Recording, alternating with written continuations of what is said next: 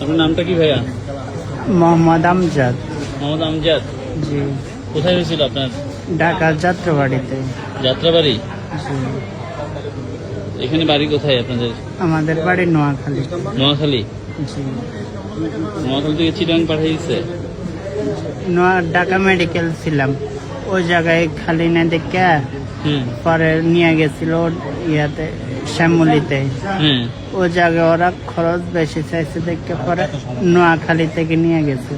ওই জায়গায় পায়ের বুলেট বার করছে পরে পায়ের গুলি খুঁজছে। ওই জায়গা থেকে একটু আগে সাংবাদিক বাইরে ছিল, এই যে পায়ের অবস্থা খুব খারাপ। আমাদের মধ্যপরিবারের খরচ তো আমরা কোনো সমর্থন নাই, আসলে সেই বুঝছেন না অবস্থা। আমার ভাই এখানে জব করতে সাথে সাথে ওরা নিয়ে গেছে পরিবেশের বাইরে সবাই। পায়ের অবস্থা বেশি খারাপ। এগুলো পুরোটাই বুলটা, এগুলো ভিতরে পুরোটাই ছিল বুলটা।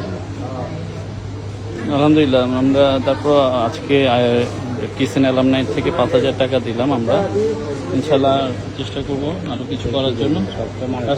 এই নিয়ে এসে আপনার তথ্য নিয়ে যাবে। আমরা পায়ের কি বুলেট বের হয়েছে? জি, পায়ের গুলো বের হয়েছে।